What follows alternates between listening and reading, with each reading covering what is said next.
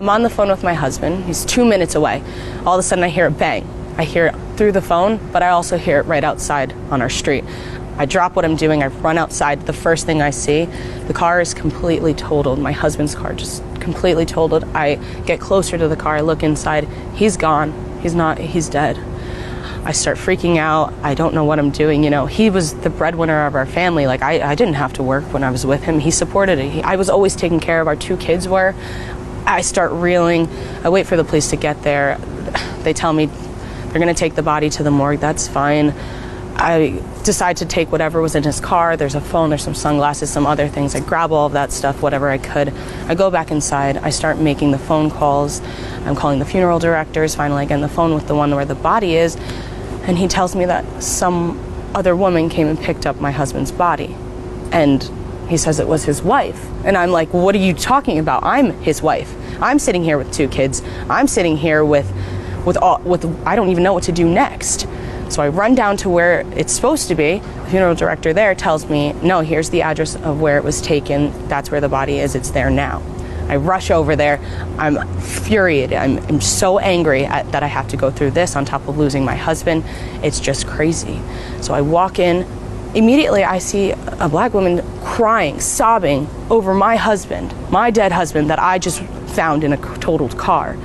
I'm angry. I didn't even know I was. I'm so angry. I rush up to her. I'm like, what are you doing? Why would you take my husband's body? Do you not know what I'm going through? And she starts yelling back at me. And she's like, what are you talking about? I'm his wife. All of it. And I'm like, no, you're not. I am. It's getting tense. We start just going back.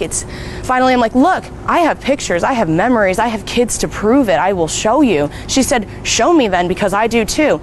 We take out our phones. There's wedding photos. I have wedding photos. She does. It's the same exact man. He's Scott to me, but he's David to her. And we just start questioning everything we thought we knew about him. We start thinking, I'm like, do you have documents to prove his name? There's nothing in documents that she has that says Scott, and there's nothing that I have that says David. It's like he was 2 different people. And we were left with so many questions. We start talking a little more. We realized that we don't really know what he did for work. He just traveled a lot. I never really questioned him. I didn't have to. I trusted him. And she did too, apparently. Well, I knew his one office that I knew of was here, in one spot, and she knew that it was in the other spot. So we decided to go together to both of those locations.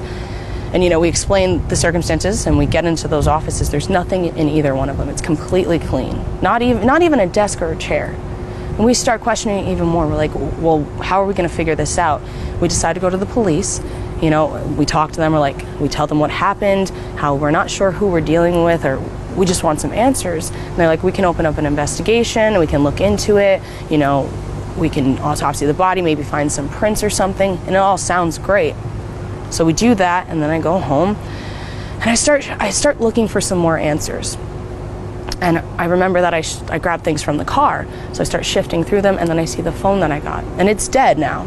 So I plug it in. I'm like, maybe it'll say something. As soon as that phone turned on, messages in different languages are talking Japanese, Arabic, Portuguese. It was just wild because my husband and I only ever spoke English.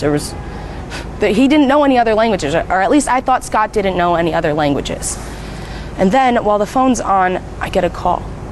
And I'm like, okay, maybe this is someone who can give me an answer.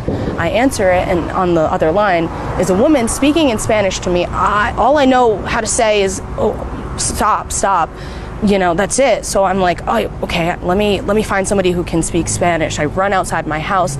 Luckily, my neighbor's gardener was out there. He speaks Spanish. I'm like, look, can you please help me? I don't know Spanish. I need you to translate this for me. I just lost my husband. It's very important. And he of course says yes. So he's translating for me. And it turns out that the woman on the phone, she lives in Colombia. Apparently she's also his wife. And on top of that, she has 3 kids with him. It got to a point where I was like, I'm not getting any answers on my own. So I decided to give the FBI a call, because obviously the police weren't going to be able to help me, because on top of everything, I get another call from a funeral director saying somebody took his body now. So on top of that, but this time he can't tell, he doesn't know where it is. He doesn't know who took the body. It's not another wife, it's just gone.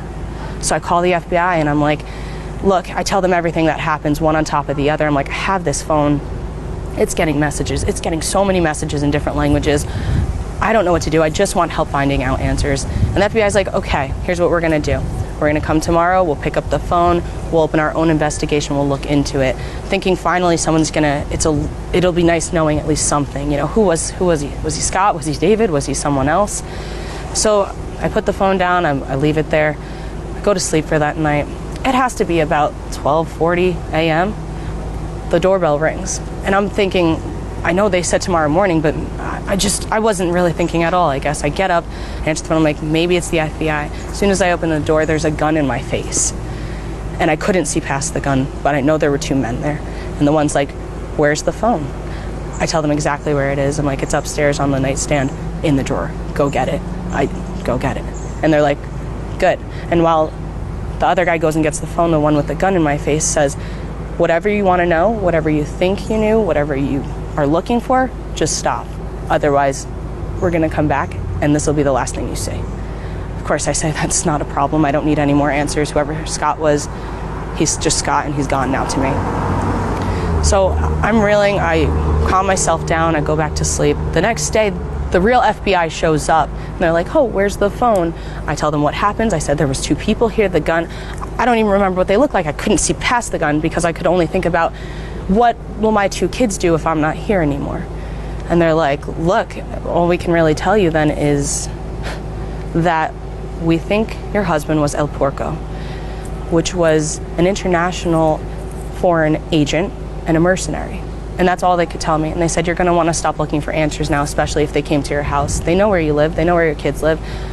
And I said, that's fine. I'll leave it to you guys. With the stress of it, me and Jill, his second wife, ended up bonding over it. We decided to go to church together. And that really saved us. Forming that relationship with her and going to church, it was really helpful. And now we're just one big extended